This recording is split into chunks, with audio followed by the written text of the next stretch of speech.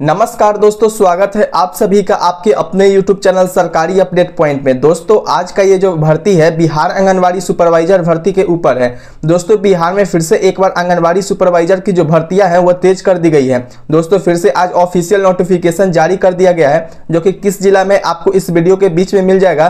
तो आप बिना वीडियो को स्किप किए हुए वीडियो को देखिएगा। दोस्तों आज की इस वीडियो में आपको ये भी मिलेगा कि कौन अप्लाई कर सकता है और किसको इस वीडियो में किसको इस वैकेंसी में अप्लाई नहीं करना है और क्या क्या डॉक्यूमेंट्स लगने वाले हैं, और ये भी आपको इसमें मिलने वाला है कि आपको तैयारी कैसे करनी है। दोस्तों अब पहले वाला बात नहीं रहा है, अब इसमें भी आप एग्जामिनेशन लेने की तैयारी किया जा रहा है कि आपको इसमें एग्जामिनेशन के बाद ही आपको इसमें सिलेक्शन जो होने वाला है। तो आप इस वीडियो को बिना स्किप किए हुए देखिए, आपको सभी कुछ समझ में आ जाएगा। फिर भी अगर आपको कोई भी डाउट होता है तो आप हमें कमेंट करके पूछ सकते हैं कि आपको क्या डाउट है, मैं उसका रिप्लाई करने की पूरी कोशिश करूंगा। तो चलिए इस वीडियो को स्टार्ट करते हैं बिना किसी टाइम को गवाए हुए। दोस्तों जैसा कि आप सभी लोग स्क्रीन पे देख रहे होंगे, अगर सबसे पहले बात करते हैं एज लिमिट की, तो जो इसका एज लिमिट रखा गया है, न्यूनतम जो एज है यानी कि मिनिमम एज 21 साल रखा गया है। और अगर मैक्सिमम एज की बात करें तो 45 साल सभी कैटेगरी के लिए रखा गया है। दोस्तों अगर बात करें तो इसमें जो एज लिमिट में आपको रिलैक्सेशन भी देखने को मिलता है, ये रिलैक्सेशन केवल SC ST को मिलता है, जो कि 45 ईयर्स प्लस आपको 11 साल का इसमें रिलैक्सेशन देखने को मिलता है। यानी कि इतने साल का अगर महिला अभ्यर्थी है तो आप इसमें अप्लाई कर सकते हैं।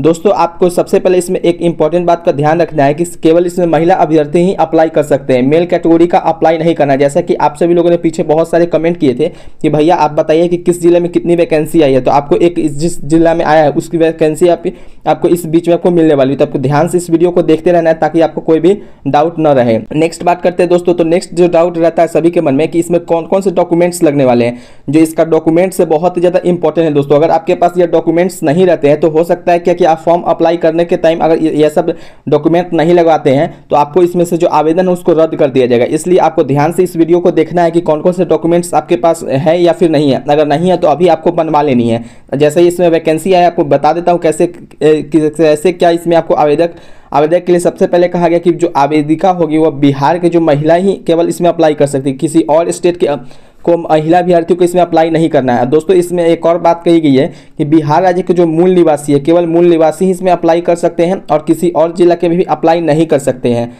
साथ ही में कहा गया कि आवेदिका में महिला वर्तमान में बिहार आंगनबाड़ी में सेविका के पद पर कार्यरत हो।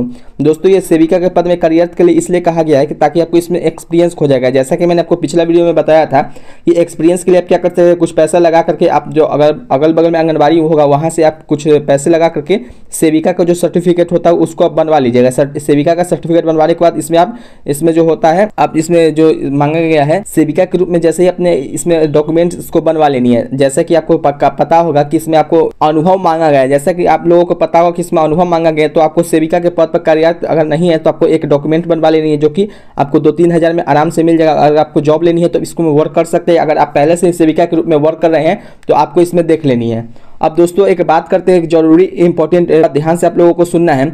अगर आप बिहार आंगनबाड़ी सुपरवाइजर भर्ती 2025 की तैयारी कर रहे हैं या फिर आपकी मेहनत कभी काम आएगी जब आपके पास सही नोट्स होंगे। दोस्तों इसलिए मैंने आपके लिए बनाई है एक स्पेशल PDF। इसमें सिर्फ वही सवाल डाले गए हैं जो बार बार एग्जाम में पूछे जाते हैं और इस बार भी पूछे जाने की पूरी संभावना है।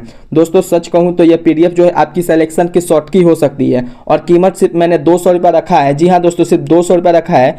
वो नोट्स पा सकते हैं जिनमें आपकी तैयारी 100% तक जो आपको है पक्की हो जाएगी। लिंक आपको जो है आपको मैं डिस्क्रिप्शन में दे दूंगा। नहीं तो आप क्या कीजिएगा कि जैसा कि आप सभी को पता है कि मैं आपका व्हाट्सअप नंबर यहाँ बता देता हूँ, आप उसमें सेंड कीजिएगा, हेलो भैया मुझे नोट चाहिए, जो कि मेरा नंबर है 6207446831। आप इसको स्क्रीनशॉट लेकर के मुझे इस नंबर पे व्हाट्सएप कीजिएगा। दोस्तों इसमें आपको कॉल नहीं करना है, सिर्फ आप इसमें व्हाट्सएप कीजिएगा, हेलो भैया मुझे नोट्स चाहिए। मैं आपको इसमें लिंक प्रोवाइड करवा दूंगा या फिर आपको डायरेक्ट मैं आपको जो PDF उसको मैं आपको इस पर सेंड कर दूंगा व्हाट्सएप पे, या फिर आप चाहे तो टेलीग्राम पे भी मेरा यही नंबर है, आप उस पर भी आप संपर्क कर सकते हैं।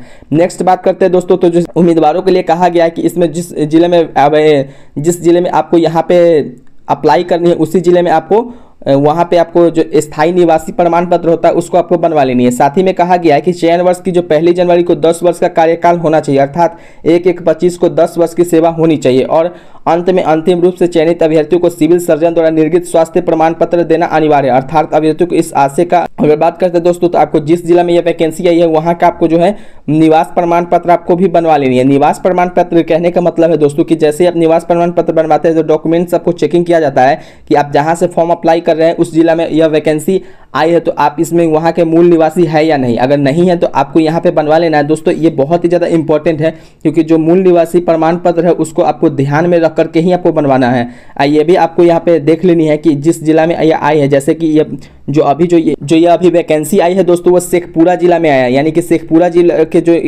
स्थायी निवासी है वही इसमें अप्लाई कर सकते हैं। ये जो वैकेंसी आई है शेखपुरा जिला में आपको दिखाई दे रहा होगा कि शेखपुरा जिला में आपको यह वैकेंसी देखने को मिल रही है। अगर बात करते हैं इसमें टोटल पोस्ट की तो टोटल पोस्ट बहुत ही ज़्यादा कम है, लेकिन फिर भी दोस्तों आपको इसमें अप्लाई करनी है। अप्लाई करने का मकसद ये रहता है दोस्तों कि जैसे ही आप स्टार्टिंग में अप्लाई करते हैं, क्योंकि इसमें किसी और जिला को तो अप्लाई करना नहीं है, अगर कोई और जिला का अप्लाई करता है तो उसका तो ऐसे भी फॉर्म रिजेक्ट हो जाएगा, इसलिए आप इसमें अप्लाई कीजिए। इसमें जो अनुभव वाला जो खेला वो अनुभव भी बहुत जल्दी खत्म होने वाला। इसमें जो एग्जामिनेशन है वो एग्जामिनेशन बहुत ही ज़्यादा ईजी होता है। जैसे कि मैंने आपको नोट्स दिएंगे, उस नोट्स को सिर्फ आपको 2-3 बार पढ़ लेना। जो भी उसमें ऑब्जेक्टिव क्वेश्चन होगा सिर्फ तो जैसे कि ऑब्जेक्टिव को पता ही होगा, इसमें जो एग्जामिनेशन होता है ऑब्जेक्टिव सारे के फॉर्म में क्वेश्चन होते हैं, तो आपको ऑब्जेक्टिव वाला जितने मैं प्रश्न दूंगा उसको पूरी तरीके से आपको याद कर लेना है। वही प्रश्न आएंगे जो कि आपको PYQ से संबंधित है। साथ ही में इसमें कुछ नए प्रश्न भी मैंने ऐड किए हैं।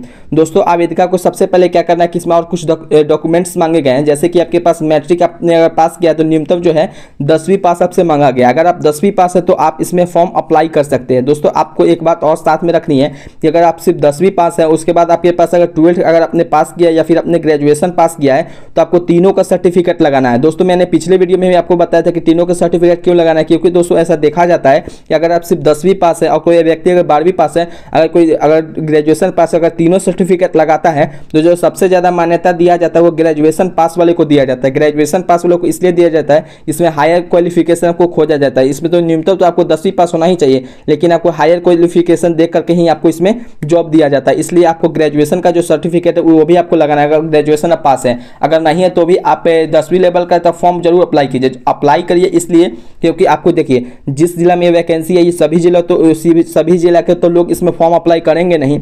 जब अप्लाई नहीं करेंगे, बहुत से लोगों को तो ये भी नहीं पता होता है कि इस जिला में वैकेंसी आया है कि नहीं आया है। इसलिए जैसे ही मैं आपको वीडियो के माध्यम से बता रहा हूँ तो आपको वहाँ से क्या करना है कि जिस जिला में आया आप उसको आपको देख करके अप्लाई कर देना, जैसे कि मैं आपको आगे भी बताते रहूँगा। अब ये नेक्स्ट अगर बात करते हैं तो आपके पास इंटर स्नातक का अंक पत्र और प्रमाण पत्र दोनों होने चाहिए। दोनों को अप्लाई करने के बाद आपको क्या करना है कि आवेदक महिला के नाम से अनुमंडल पदाधिकारी द्वारा आवासीय प्रमाण पत्र बनवाना है। आवासीय प्रमाण पत्र इसलिए बनवाना है दोस्तों कि जो आवासीय प्रमाण पत्र होता है इससे आपको पता चलता है डॉक्यूमेंट वेरिफिकेशन के टाइम कि आप इस जिला के निवासी है या नहीं है। नेक्स्ट अगर बात करते हैं तो आवेदिका महिला के नाम से राजपत्रित पदाधिकारी द्वारा जो है शेखपुरा जिला में आई थी, इसमें आपको ओल्ड नोटिफिकेशन के माध्यम से बता दे रहा हूं कि शेखपुरा जिला में जो आया उसको निर्गत चरित्र प्रमाण पत्र भी आपको इसमें बनवानी है। इसमें अप्लाई होना स्टार्ट हो चुका है दोस्तों, शेखपुरा जिला में ये अप्लाई हो रहा है। अगर बात करते हो तो जाति प्रमाण पत्र आपको बनाना है। देखिए दोस्तों, अगर जाति प्रमाण पत्र के लिए एक इसमें खेला होता है कि अगर आपकी एज 45 साल से अगर ज़्यादा है, यानी कि 45 साल से ज़्यादा आपको एज रिलैक्सेशन लेना है, आप SC/ST कैंडिडेट के हैं, सिर्फ SC/ST कैंडिडेट के लिए मैं बता रहा हूँ, SC/ST के कैंडिडेट हैं तो आप इसमें अप्लाई करने के लिए आपको जाति प्रमाण पत्र बनवाना जरूरी है, क्योंकि आपको एज रिलैक्सेशन लेना है, इसलिए आप इसमें लगाइए। फिर अगर बात करते तो जाति प्रमाण आरक्षित प्रमाण पत्र भी आपके पास होना चाहिए, जो कि जाति प्रमाण के साथ साथ अति पिछड़ा वर्गों के लिए कहा गया है, चाहे आप पिछड़ा वर्ग के हो या फिर अति पिछड़ा वर्ग के, जो कमजोर वर्ग के उनसे भी मांगा गया। अगर आपके पास नहीं होगा तो आप बनवा लीजिएगा। अगर कैसे बनाया जाता है वो भी आप कमेंट कीजिएगा, तो नेक्स्ट वीडियो में आपको प्रोवाइड करवा दूंगा। अब दोस्तों नेक्स्ट बात करते तो उम्मीदवार को जो महिला का जो अनुभव प्रमाण पत्र है वो भी बनवाना है। अनुभव प्रमाण पत्र के लिए मैंने आपको स्टार्टिंग में ही बताया था, फिर से बता दे रहा हूँ कि आपको कहीं से भी जो अगल बगल में आंगनबाड़ी होगा वहां से आपको जा करके देख लेनी है और वहां पे आपको ट्राई क्या करना है कि कुछ पैसे दे करके आपको चरित्र प्रमाण पत्र होता है या फिर अनुभव प्रमाण पत्र होता है वो आपको वहां से बनवा लेनी है। दोस्तों अगर नेक्स्ट बात की अगर बात करें तो आपके पास अनुभव प्रमाण पत्र के बारे में मैंने बता दिया। अब जिन आंगनबाड़ी सेविका को राष्ट्रीय पुरस्कार के रूप में या फिर राज्य पुरस्कार के रूप में जो भी सर्टिफिकेट मिला होगा उसको आपको लगा लेना है, ताकि आपको इसमें जो एक्स्ट्रा नंबर होता है वो आपको एक्स्ट्रा नंबर इसमें जुट जाए। नेक्स्ट अगर बात करते हैं दोस्तों तो जो अन्य प्रमाण पत्र, अगर आप दिव्यांग है तो आपको दिव्यांगता का प्रमाण पत्र बनवा लेनी है। और साथ ही में स्वतंत्रता सेनानी के आपके अगर दादा दादी हो पे या फिर कोई भी हो रिश्तेदार में पिता हो तो आपको वहाँ पे आपको इसमें लगवा लेनी है। दोस्तों इस प्रकार कुछ दस्तावेजों की आपको पूर्ति कर लेनी है। अब दोस्तों बात करते हैं कि आपको इसमें अप्लाई कैसे करनी है। दोस्तों अप्लाई करने के लिए सबसे पहले आपको ICDS का एक ऑफिशियल वेबसाइट होता है जो कि बिहार के समेकित बाल विकास सेवाएं के अंतर्गत आता है। जैसा कि आप सभी को दिख रहा होगा ICDS, आपको सिंपली गूगल पे सर्च करना है, वहाँ पे आपको इस वैकेंसी के बारे में पूरा डिटेल मिल जाएगा। अगर आप सभी इच्छुक महिलाएं जो बिहार के आंगनबाड़ी में अगर वैकेंसी में आवेदन करना चाहते हो तो आपको सबसे पहले क्या करना है कि ऑफिशियल वेबसाइट पर जाने पर आपको एक रजिस्ट्रेशन का आपको क्लिक मिलेगा। जैसे कि यहाँ पे आप देख रहे होंगे पंजीयन से भरने से महत्वपूर्ण निर्देश यहाँ पे दिया गया है कि आपको पंजीयन कैसे करनी है। तो सबसे पहले आपको लॉगिन और यूजर आईडी सबको मिल जाएगा। मैं प्रोसेस बाय प्रोसेस बता देता हूँ। सबसे पहले आपको मांगा जाए विज्ञापन की संख्या की, यानी कि विज्ञापन की संख्या क्या है उसको आपको देख लेनी है। फिर आवेदिका का जो पद होगा उसमें आपको क्लिक करनी है। फिर आवेदक का आपको नाम हिंदी में लिखना है। जैसे आप यहाँ पे हिंदी में लिखेगा तो आपको ऑटोमेटिक यहाँ पे फुलफिल होकर के इंग्लिश में आ जाएगा। दोस्तों जन्म तिथि जो होता है, जन्म तिथि भी आपको इसमें भर लेनी। जन्म तिथि के आधार पे आपको इसमें सब कुछ देखने को मिल जाएगा। अब बात करते हैं ईमेल आईडी। तो जो ईमेल आईडी आपको एक वैध ईमेल आईडी और मोबाइल नंबर होना चाहिए ताकि जो बाद में आपको जो भी आए उसमें आपको देख लेनी है कि जो वैध ईमेल आईडी है तो वहाँ पे आपको जो भी मैसेज आए तो कुछ चेक करते रहना टाइम पर। अब बात करते हैं आपके पास मोबाइल नंबर भी वही होना चाहिए। लिंक के लिए आपको इसमें पहले से सिर्फ इसमें महिला उम्मीदवार ही अप्लाई कर सकते हैं दोस्तों। और इसमें जो अगर बात करते हैं राष्ट्रीयन का तो ये सब कुछ आपको फॉर्म फिलअप हो जाएगा। दोस्तों एक और बात बता देना चाहता हूँ कि बहुत सारे लोग ऐसे हमें कमेंट करके बता रहे हैं कि कुछ लोग उनसे कुछ पैसे मांग रहे हैं जो कि आंगनबाड़ी सुपरवाइजर भर्ती के लिए कि आप मुझे 10,000 रुपया दीजिए या फिर 12,000 रुपया दीजिए, मैं आपको इसमें जॉब लगवा दूंगा। दोस्तों इस मेरा एक इसमें फाइनली और एक पर्सनल सजेशन है कि आपको किसी को भी 1 रुपया भी देने की जरूरत नहीं है। क्यों नहीं है दोस्तों? क्योंकि इसमें फॉर्म फिलअप के लिए आपको 1 रुपया भी नहीं लिया जा रहा है, इसलिए आपको किसी को भी 1 रुपया भी देने की जरूरत नहीं है। और साथ ही मैं आपसे ये भी कह देना चाहता हूँ कि अगर आपसे कोई पैसा मांग रहा है तो आपको एक चुपके से आपको क्या करना कि वीडियो बना लेनी है। वीडियो बनाने का मतलब आपको क्या करना कि मुझे आपको व्हाट्सएप ऐप शेयर कर दीजिएगा या फिर आप टेलीग्राम चैनल पर मुझे शेयर कर दीजिएगा। मैं उसको पूरी तरीके से देख करके उसमें एक्शन लेने की पूरी कोशिश करूंगा। आपको किसी को भी 1 रुपया भी देने की जरूरत नहीं है। मैं फिर से रिपीट कर रहा हूँ। फिर राष्ट्रीय के लिए आपको तो पता ही होगा, लिंक के लिए आपको जो भी है इसमें आपको डाल देनी है।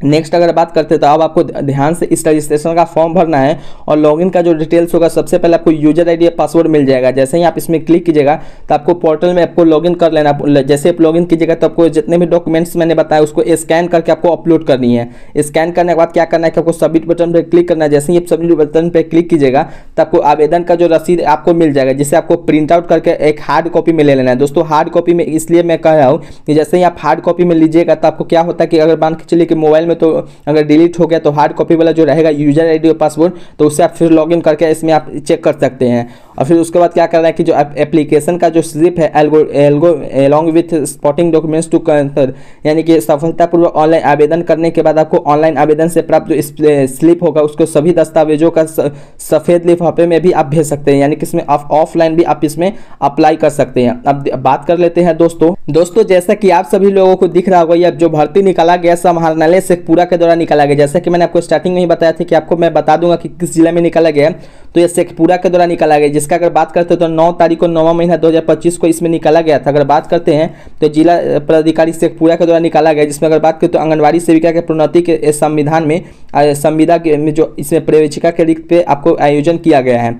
अगर बात करते हैं विज्ञापन संख्या के तो 1/2025 LS के रूप में आपको देखने को मिलता है। अब दोस्तों बात कर लेते हैं इसमें आपको कैसे अप्लाई करनी है और इसका लास्ट डेट कैसे। तो अगर टोटल पदों की बात करें तो केवल आपको 6 पदों पे वैकेंसी निकाला गया। जी हाँ दोस्तों, ये बहुत ही ज़्यादा कम वैकेंसी मैं मानता हूँ, लेकिन आपको इसमें अप्लाई जरूर करनी है। अप्लाई करने से आपको क्या होता है कि जैसे ही आप अप्लाई करते हो सभी को इसमें पता नहीं होता है, इसलिए आपको इसमें अप्लाई करना है। अगर बात करते हैं इसमें कब से कब तक अप्लाई होगा, तो अप्लाई करने के लिए आपको सिंपली इसमें दिख रहा होगा स्क्रीन पे कि इसमें आपको कहा गया क्या कि आपको दिखा देता हूँ मैं नीचे। जैसे कि मैं नीचे आता हूँ तो सबसे पहले आपको देख लेता हूँ कि इसमें लास्ट डेट क्या है।